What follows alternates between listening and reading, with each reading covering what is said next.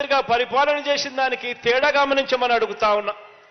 ఇదే చంద్రబాబు హయాంలో 45 నుంచి 60 సంవత్సరాల మధ్య వయసున్న అక్క చెల్లెమ్మల ఆర్థిక సాధికారత కోసం 45 సంవత్సరాల నుంచి 60 సంవత్సరాల మధ్య వయసున్న అక్క చెల్లెమ్మల ఆర్థిక సాధికారత కోసం గతంలో చంద్రబాబు నాయుడు గారి హయాంలో ఆయన చేసింది ఒక సున్నా.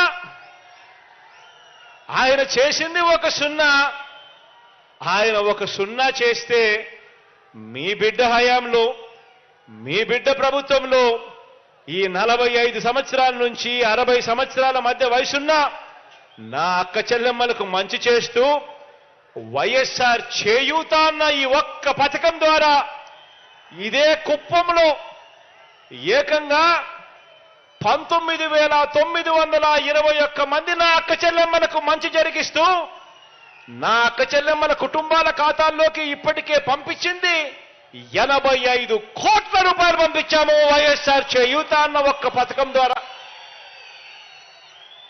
ఆలోచన చేయమని అడుగుతా ఉన్నా. అప్పటికి ఇప్పటికీ తేడా గమనించమని అడుగుతా ఉన్నా. నా అక్క చెల్లెమ్మల తల కాళ్ళ మీద నడబడేట్టుగా వరుసగా అదే అక్క చెల్లెమ్మను చేయబట్టుకొని నడిపిస్తూ అదే అక్క చెల్లెమ్మను ప్రతి సంవత్సరం అదే అక్క చెల్లెమ్మకి ఇస్తూ వారికి అమూల్ లాంటి సంస్థతో రిలయన్స్, ప్రాక్టర్ అండ్ గ్యాంబుల్ ఇటువంటి ప్రఖ్యాతమైన సంస్థలతో వారందరితోనూ కూడా కిరాణా షాపులు పెట్టించడం కానీ, లేకపోతే ఆవులు గేదెలు కొనించడం కానీ, బ్యాంకు లింకేజీలు తీసుకొచ్చి వాళ్ళందరినీ కూడా ప్రతి ఒక్కరూ కూడా వాళ్ళ కాళ్ళ మీద నిలబడేట్టుగా ప్రతి ఒక్కరూ కూడా అదనపు ఆదాయం మరో 7,000 నుంచి 10,000 రూపాయలు సంపాదించే విధంగా వారితో అడుగులు వేయించింది ఎవరు అనంటే కేవలం మీ బిడ్డ మాత్రమే ఆ పని చేశాడు అని కూడా చెప్పడానికి గర్వపడతా ఉన్నా. ఆలోచన చేయమని అడుగుతా ఉన్నా. ఇక వైద్య ఆరోగ్య రంగాన్ని చూసుకోండి. నిర్వీర్యమైన ఆరోగ్యశ్రీని గతంలో ఎక్కడైనా కూడా ఆరోగ్యశ్రీ ఉందా అని అంటే ఎక్కడా అని చెప్పి అనుకునే పరిస్థితి. గతంలో నిర్వీర్యమైన ఆరోగ్యశ్రీని పునర్జీవింపజేసి కుప్పంలో కొత్త 108లు, కుప్పంలో కొత్త 104లు తిరుగుతున్నాయి అనంటే కుయ్ కుయ్ కుయ్ అంటూ తిరుగుతున్నాయనంటే ఆ కొత్త వాహనాలు తిరుగుతున్నాయి అనంటే అది కేవలం మీ అన్నపాలనలోనే. కుప్పంలో ఒక ఆరోగ్య ఆసరా, ఒక జగనన్న ఆరోగ్య సురక్ష పథకాలు అమలవుతున్నాయంటే కూడా మన మనసున్న మన పాలనలోనే జరుగుతా ఉన్నాయి. చంద్రబాబు నాయుడు గారి హయాంలో ఆ 5 సంవత్సరాలలో ఆరోగ్యశ్రీ అనే పేరు మార్చి నిర్వీర్యం చేసి ఎన్టీఆర్ వైద్య సేవ అని పేరు మార్చాడు.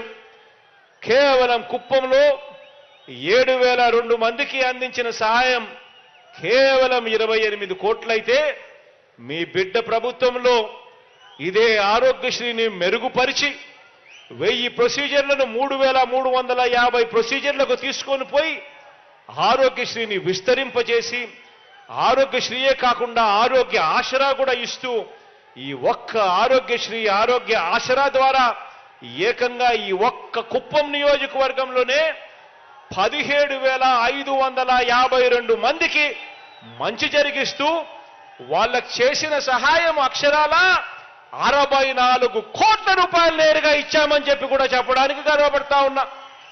వారి వైద్యం ఖర్చుల కొరకు ఆలోచన చేయమని అడుగుతా ఉన్నా.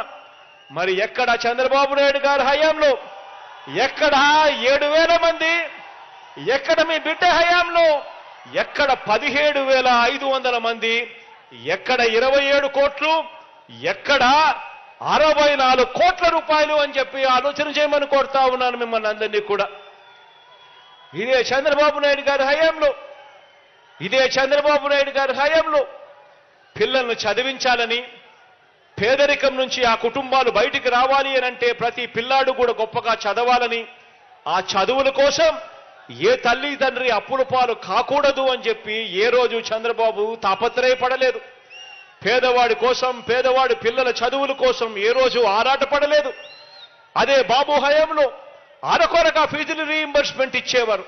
ఆ అరకొరగా ఫీజు రీయింబర్స్మెంట్గా కేవలం 8,459 మందికి మాత్రమే అరకొరగా ఇచ్చిన ఆ ఫీజులు 27 కోట్ల రూపాయలైతే ఇప్పుడు మనందరి ప్రభుత్వం ఈ 57 నెలల కాలంలోనే ప్రతి పిల్లాడికి కూడా 100% పూర్తి ఫీజు రీయింబర్స్మెంట్ ఇస్తూ 12,093 మంది పిల్లలకు వైఎస్ఆర్ విద్యా దీవెన, వైఎస్ఆర్ వసతి దీవెన ద్వారా చెల్లించిన సొమ్ము అక్షరాల 61 కోటి రూపాయలు చెల్లించామని చెప్పి కూడా తెలపడానికి గర్వపడతా ఉన్నాను. మరి ఎక్కడ 8,400 మంది పిల్లలు, ఎక్కడ ఇవాళ 12,000 మంది పిల్లలు, ఎక్కడ అప్పట్లో ఇచ్చిన 27 కోట్ల రూపాయలు, ఎక్కడ ఇప్పుడు మీ బిడ్డ హయాంలో ఇచ్చిన 62 కోట్ల రూపాయలు ఎక్కడా అని చెప్పి ఆలోచన చేయమని మిమ్మల్ని అందరినీ కూడా కోరుతా ఉన్నా. చంద్రబాబు గారికి ఎంత మనసు లేకుండా ఇచ్చే అరకొర సొమ్మును కూడా తన నియోజకవర్గంలో కూడా ఆలోచన చేయమని అడుగుతా ఉన్నా. చంద్రబాబు నాయుడు గారికి నిజంగా ఎంత మనసు లేకుండా ఉంది అనంటే, ఎంత అన్యాయస్తుడు అనంటే, ఇచ్చే అరకొర సొమ్ము కూడా తన నియోజకవర్గంలో కూడా తనవారు తనకు కానివారు అని చెప్పి ఎలా విభజించాడో, ప్రతి పథకంలో కూడా, నేను చెప్పిన ప్రతి పథకంలో కూడా పెరిగిన లబ్ధిదారుల సంఖ్యను చూస్తే మీ అందరికీ కూడా అర్థమవుతుంది చంద్రబాబు నాయుడు గారి హయాంలో ఎలా అరకొరగా ఇచ్చాడో, ఎలా మీ బిడ్డ ప్రభుత్వం వచ్చిన తర్వాత ఎలా ప్రతి ఒక్కరికి కూడా జల్లడ పడుతూ ఏ ఒక్కరూ కూడా మిస్ కాకూడదు అని చెప్పి ప్రతి ఒక్కరికి కూడా మంచి చేస్తా ఉన్న పరిస్థితులు నేను చెప్తాను. ఇవాళ నేను ఒకటే చెబుతున్నా, ఈ ప్రయోజనాలు మన ప్రభుత్వ హయాంలో ఈ మాదిరిగా పెంచి ప్రతి ఒక్కరికి కూడా జల్లడ పడుతూ ఏ ఒక్కరు కూడా మిస్ కాకుండా ఇస్తా ఉన్న కార్యక్రమం ప్రతి గ్రామ సచివాలయంలోనూ, ప్రతి వార్డు సచివాలయంలోనూ లబ్ధిదారుల జాబితాను ఒక లిస్టు తయారు చేసి అక్కడే పెట్టడం జరిగింది. ఎవరైనా కూడా వెళ్ళి చూసుకోవచ్చు. ఆ లబ్ధిదారుల జాబితా అక్కడ కనిపిస్తుంది. ఎవరికి ఏ పథకంలో ఏ కుటుంబానికి ఎంత మంచి జరిగిందో అని చెప్పి ఇంత ట్రాన్స్పరెంట్గా, పారదర్శకంగా, ఎక్కడ లంచాలు లేకుండా, ఎక్కడ వివక్ష లేకుండా ప్రతి పేదవాడికి కూడా అందుతా ఉన్న పరిస్థితులు మన గ్రామ సచివాలయాల్లోనూ, మన వార్డు సచివాలయాల్లోనూ ప్రతి ఒక్కరికి కూడా కనిపించే కార్యక్రమాలు. కాబట్టే చెప్తా ఉన్నా సొంత నియోజకవర్గంలోనే పేదలకు మంచి చేయని ఈ వ్యక్తి 35 సంవత్సరాలు ఎమ్మెల్యేగా ఉండి కూడా, 3 సార్లు సీఎంగా అయి కూడా, 14 సంవత్సరాలు అధికారంలో ఉన్న తర్వాత కూడా ఒక మనిషి వల్ల ఈ ఒక్క కుప్పం నియోజకవర్గ ప్రజలకే ఎలాంటి మేలు జరగలేదు అనంటే, మరి ఇలాంటి వ్యక్తి రాష్ట్రానికి ఒక ముఖ్యమంత్రిగాను, కుప్పం నియోజకవర్గానికి ఒక ఎమ్మెల్యేగాను అర్హుడేనా అని చెప్పి నేను మిమ్మల్ని అందరినీ కూడా కోరుతా ఉన్నాను. ఆలోచన చేయమని కోరుతా ఉన్నాను మిమ్మల్ని అందరినీ కూడా.